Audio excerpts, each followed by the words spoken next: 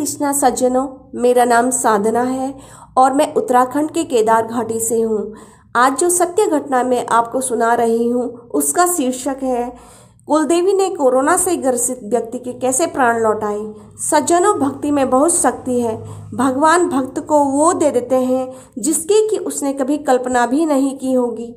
सज्जनों, मेरा यहाँ तक मानना है कि यदि किसी ने भगवान की बहुत अधिक भक्ति की होती तो कोरोना काल में कोई भी पत्नी विधवा न होती या परिवार के लोग या पत्नी हो या बच्चे हो काल के गाल में नहीं समाते। यह घटना 29 या 30 अप्रैल 2021 की है। मेरे जीजा जी अस्पताल में कोरोना के कारण जिंदगी और मौत के बीच झूल रहे थे। जब जीजा जी की तबीयत कोरोना के कारण इतनी खराब हो गई कि उनके फेफड़े मात्र 8% ही काम कर रहे थे। उनके बचने की उम्मीद ना के बराबर थी। उनसे भी अधिक काम कर रहे फेफड़े वाले मरीजों की मौत होती ही जा रही थी हॉस्पिटल में। ऐसे में मैंने, मेरी माँ ने और मेरे पूरे परिवार ने हमारी कुल देवी भगवती का स्मरण किया। वह मैंने कान्हा जी का भी साथ में किया। मेरी और मेरे परिवार वालों की हालत पागलों सी हो गई थी कि क्या होगा, क्योंकि उनके छोटे छोटे बच्चे हैं।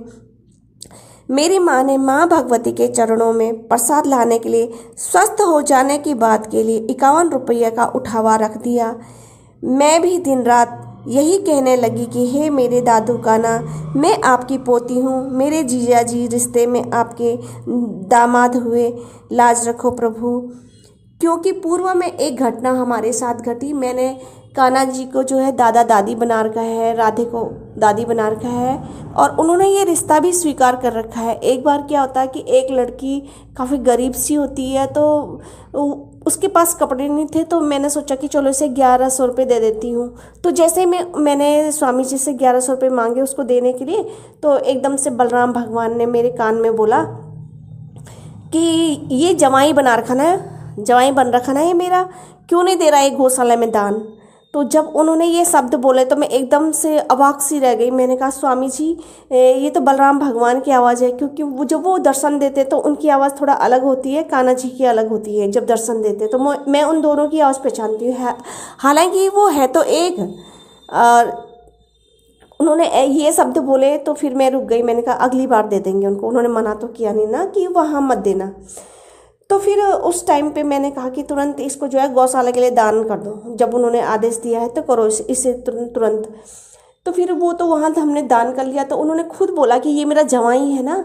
तो जब उन्होंने ये रिश्ता स्वयं से स्वीकार कर रखा है तो मैं पोती हो गई उनकी और स्वामी जी उनके जवाई हो गई। तो उसके अनुसार मेरे जो जिया जी हैं वो भी उनके जवाई हुए। तो मैंने बोला हे दादा दादी, आपके जो जवाई हैं उनकी जान जो है संकट में है और उनके छोटे छोटे बच्चे छूट जाएंगे, क्या होगा। तो मैं बहुत रोने लगी। मेरा विकराल सा रूप हो गया और मतलब मैंने बाल भी मेरे बिल्कुल बिखर रखे थे, ना मैंने खाना खाया और रात को मैं भूखी सो गई। स्वामी जी हॉस्पिटल में थे और मेरा इतना सर दर्द हो रहा था कि क्या करूं मैं। तो मैं रात को भी उठ के बैठी, मेरा मन नहीं लग रहा था। मैंने कहा मैं क्या करूं। फिर जब सुबह 5 बजे की ये घटना है, मैं 5 बजे से थोड़ा सा पहले, मतलब 5 मिनट ही पहले उठी होंगी और मैंने जो है हाथ में ना कोई माला ले ली, शायद रुद्राक्ष की हो या फिर तुलसी की हो। मैं दोनों का ही जाप करती हूँ। डेट और मैंने टाइम तो नोट कर लिया, क्योंकि मैं जो भी घटनाएं होते हैं भगवान के, जो भी दर्शन होते हैं, मैं तत्काल मतलब उनको डायरी में लिख देती हूँ कि आज ये लीला हुई है, ये टाइम था भगवान के दर्शन का। तो उस समय मैंने लिख दिया था कि ये 5 बजे की घटना है, ये जो मैं बता रही हूँ आपको। तो क्या होता है कि जैसे ही मैं ध्यान में बैठती हूँ माला लेके और मैं ओम नमः भगवते वासुदेव का जाप करने लगती हूँ, मन बहुत मतलब मेरा दुखी हो रखा रहता है, तो मैं ओम नमः भगवते वासुदेवाय मतलब जपती हूँ। तो तुरंत क्या होता है कि सामने पे दर्शन में यमराज जी आ जाते हैं। भैंस से मैं बैठ के, काले रंग का भैंसा, वो स्वयं भी काले रंग के और गोल्डन कलर का जो है उन्होंने मुकुट धारण कर रखा था। उनके हाथ में जो है गोल्डन सा एक गदा सा था, कुछ उन्होंने हाथ में ले रखा था। और जैसे ही वो प्रकट हुए तो तुरंत ही मतलब भगवती प्रकट हो गई हमारी। वो शेर में बैठी हुई थी और लाल रंग की साड़ी थी उन्होंने पहन रखी और उनके बहुत सारे हाथ थे। तो वो एकदम से हाथ फैलाते हुए यमराज जी के आगे लग गई उस शेर में।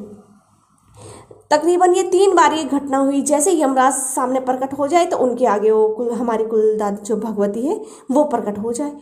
तो ये घटना जब लगातार 3 बार हुई तो तब लास्ट में जो है दादी भगवती ने मेरे को बोला, दर्शन में उन्होंने दिखाया कि जब वो शेर में बैठी हुई थी तो उनके आगे पे एक परात आई और उस परात में बहुत सारा मीट आया, मांस। तो दादी भगवती ने बोला कि इसने मीट भी तो बहुत खा रखा है। बस ये शब्द थे उनके और वो सब अदृश्य हो गए।